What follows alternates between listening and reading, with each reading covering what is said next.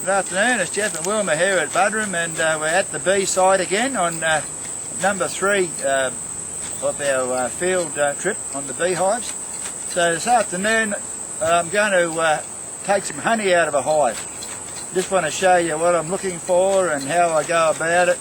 And I've got my smoker going here, and I think there's some frames in this one. And I've got my bread and butter knife and my hive tool.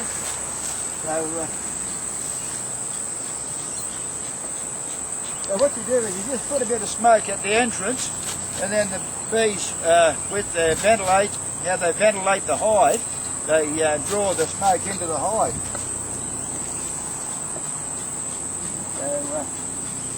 And then as I remove the lid, I'm just going to give a bit more smoke. So put quite a few bees up inside the lid. That lets you know that it's got plenty of bees in it. And on my video about the small hive beetle, I mentioned about some of my small hive beetle strategies. And I use that half mat on top of the full mat, and it gives you an idea how many beetle there are. Well, in this case, it's just full of bees. That's a good thing. No beetle? No beetle. They could be under here. The beetle hide on the top of those frames. So doesn't look like there's too many there, though. There's a couple there. You see there's not a huge amount, though. No, there's a couple there. So what I'm looking for is I just take each frame out and inspect them.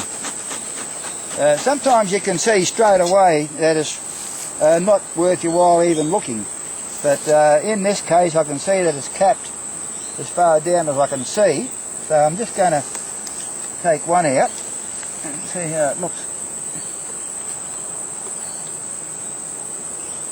Oh, that's beautiful. So that one's well over 2/3 capped on that side, and that side's well and truly nicely capped, just about. So what I do in that case, I just poke my knife in there, just have a little bit of a taste of that honey that's not capped, and just see how runny it is. Have a bit of a taste of it. So it's quite stiff. It's not too bad.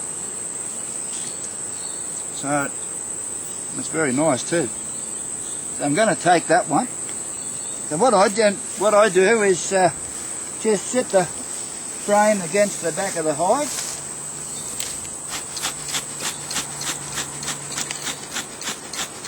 What are you going to do with these frames when you take them home?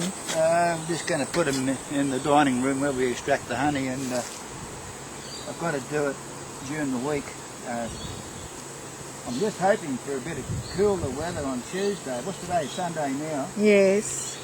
So that one there is pretty close beautiful. To fully capped. So that's good enough to take. Nice light honey, light capping.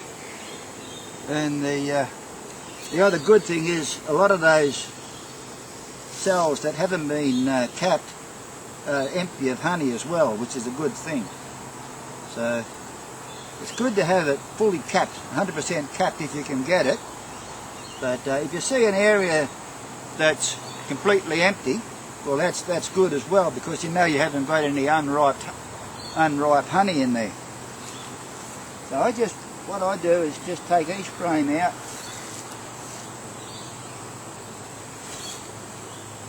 You can see my bread and butter knife works good as a hive tool.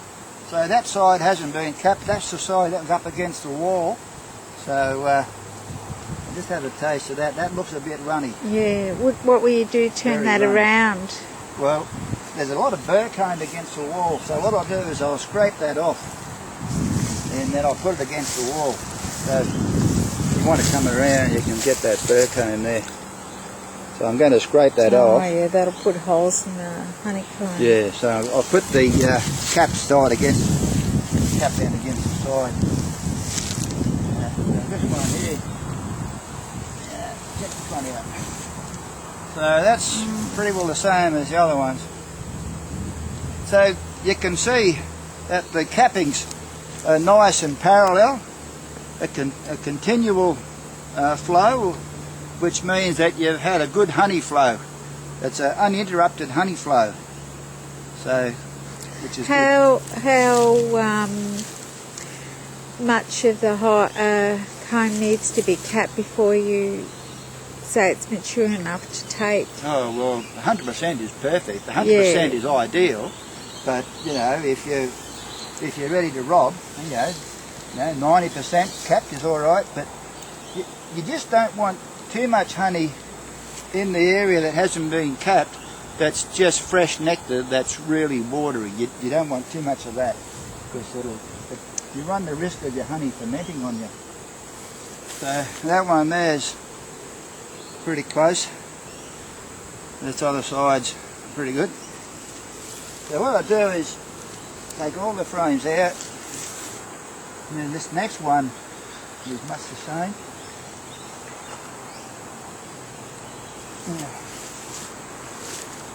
So you can see it's beautiful, straight. It's almost like two bees got a string line, and said, righto, pull the string line, get a nice straight edge, and get another bee with a plumb bob and a dumpy level. Yeah, that's all done in the dark, inside the hive. Yeah, it's beautiful, isn't it? Beautiful, straight lines. You know, that, to me, I've been keeping bees over 20 years, and you never get tired of seeing this. That's the same. So I just open my lid of my smoker, because I'm going to want the smoker again. Yeah, this one's the same. It's sort of yeah, pretty well capped. So this one here might be the same as the other one on the end. So yeah, so what I'll do is I'll put those two together. In fact, what I'll do is I'll put this one here with the cap side against the wall, and this other one with the uncapped side against the other uncapped side, and then they can finish it off. And so what I'll do is so I'll leave that burr comb until I come back. So what I do now is I put my mat back on, but I leave the side sticking out, right? Because I forget, because I sort of forget which ones I've taken the honey out of. So what I do is to save me killing bees, I just shake them all off, and then they come back to the hive, and so just leave that mat sticking out. So when you see that, you know you've done that one. Yeah, I know I've got to put some empties back in there. They're just getting a good bit angry now. So I don't need the smoke now, because I'm not going to take the burr comb off. So what I do now that the lid's closed, I shake the bees off.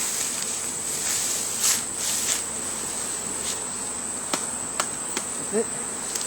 So all the bees are gone, and I'll take it up to my truck. So I'll just go up and do this one.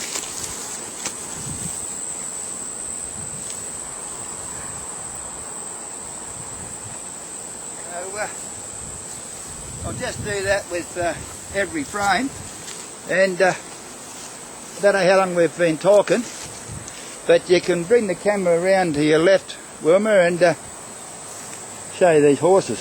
Yeah, beautiful horses. So the horses. So they're allowed to roam amongst in the paddock where my bees are. So you've always got to be prepared if you've got horses or cows near your bees, that there's a chance that you might come and find a couple of hives knocked over.